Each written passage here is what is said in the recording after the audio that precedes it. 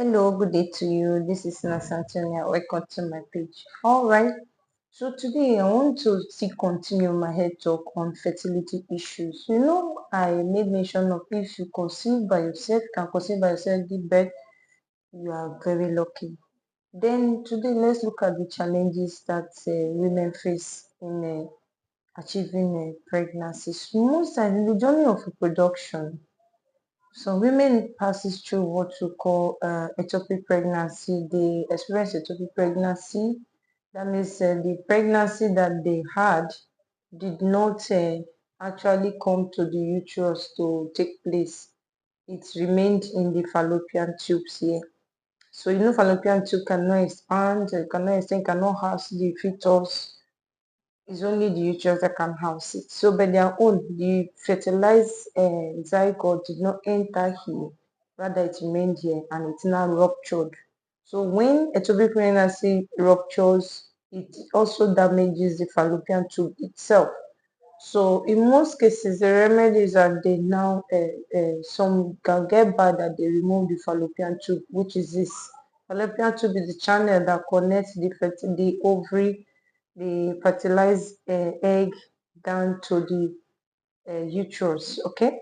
So if you have experienced, for a woman you have experienced ectopic pregnancy multiple times that led to the removal of your fallopian tube here and this other one here. No, we have left and right fallopian tube. So if you are in that particular condition, actually you can still give birth. Yes, you heard me. You can still give birth. Okay, you can give birth as such that because it's only the fallopian tube that was removed, your ovaries are still there, intact, still functioning. Then your uterus is still intact, ready to still carry out his own activities. It's only this one that connects it to the uterus that was removed. So that's why you can still conceive, but you need assistance. You need assistance. So how is assistance being given? The matured egg, that's the matured ovum, is taken from your ovary after you have been released during ovulation. It's collected from you and then through the aid of technology. That's what they call IVF. So they will get the sperm from your husband or from your partner, or if you choose to get the one from donated sperm, you can get it. They will not fertilize, use it to fertilize that your ovum that have been taken from you. Then when it's been fertilized and then the cell division have taken place from 2 cells to 4 to 8, 16, then to the zygotes and get to the stage of implantation. So that's why I now use technology to assist to carry that zygote directly into your uterus. So this is the fertilized let's assume this is the zygote now, that is the fertilized baby. So there's going to be a machine they're going to use to usually smaller than this.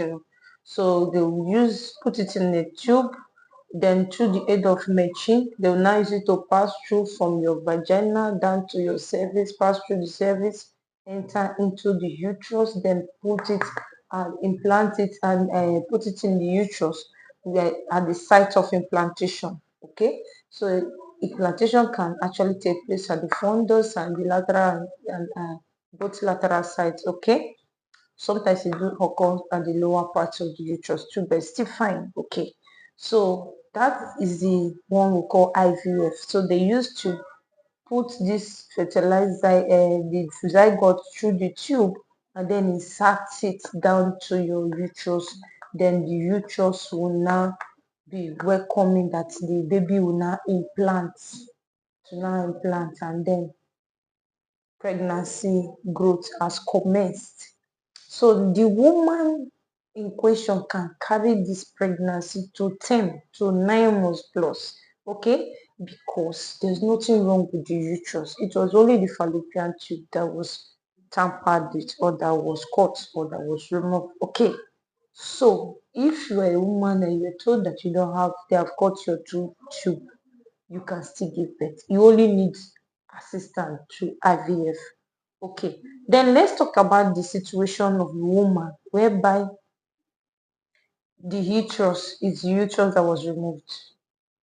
So the woman that the uterus was removed is will now be left with the fallopian tube, the ovaries. Okay. So if you are a woman and your uterus is removed due to multiple fibroid or other conditions like ruptured uterus due to perforated uterus, all those kind of things, you still have chances of having your own baby. Okay. Let me explain how it's been done. Okay. So since there's no uterus to house the baby to grow in your womb, okay, you still have the fallopian tube, you still have your ovaries intact. So ovaries is where the egg comes out from, okay. So your egg at the ovulation period is being released, so they will now actually harvest your egg. That is remove bring out your egg directly from your ovary, then do artificial fertilization with your partner sperm. Okay, so since uterus is no longer there, they are not going to bring back this zygote back to your uterus because it's already been removed. So what you need is a surrogate mother, a surrogate, somebody that will volunteer to use her own uterus to help you carry this your zygote. The fertilized baby is this zygote, okay? So it just is uterus you need, somebody that can donate herself to be a surrogate to your child. So it's that person's womb, that person's uterus they're going to use to now house this your fertilized zygote. Remember, this your fertilized zygote, the egg is from you, the sperm is from your husband, which now makes this zygote, this baby that is growing now that needs uterus to grow, your own, your real own, your gene, your genetic factor, your chromosome and everything. Okay. So you just the healthy uterus you need, which now stand as surrogate to help you carry the pregnancy to term. So surrogate mother is not the sole owner of the baby, but the person, the real owner of the baby is the owner of the egg, the owner of the ovum and the sperm. Okay. So you see that even if they remove your uterus, you can still have your own child through this process I've explained. Okay, do you understand now? So infertility has different causes. Every woman own cause is unique. Why I'm speaking this is because I know from experience, from my working experience, I'm a midwife and I work for so many years. So some women, their challenges is hormone.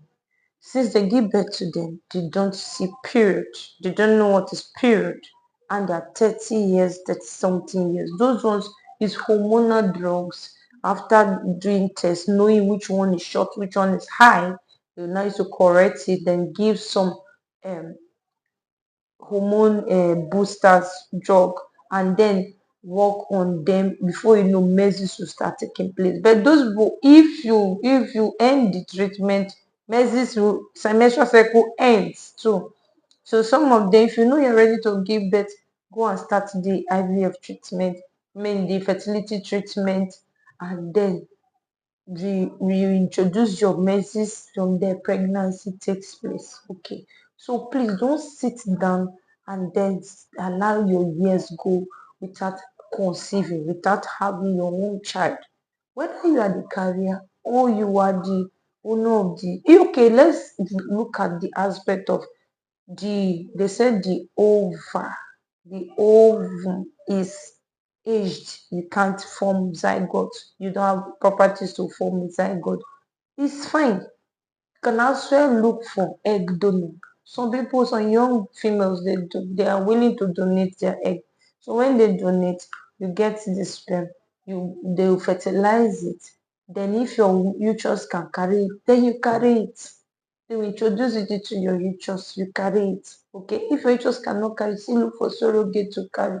They provided the documents of all this process. All this process are documented legally, and the child will solely be yours from onset. Because even surrogate mother, most times they know from beginning that the contract is signed. There's a legal document, legal backing to it. Even if the baby they are born with the baby, that doesn't make it their own baby. Okay, so please always have a solution to according to your challenges. So seek it assisted in a proper way. Okay, all right. So stay blessed. Bye.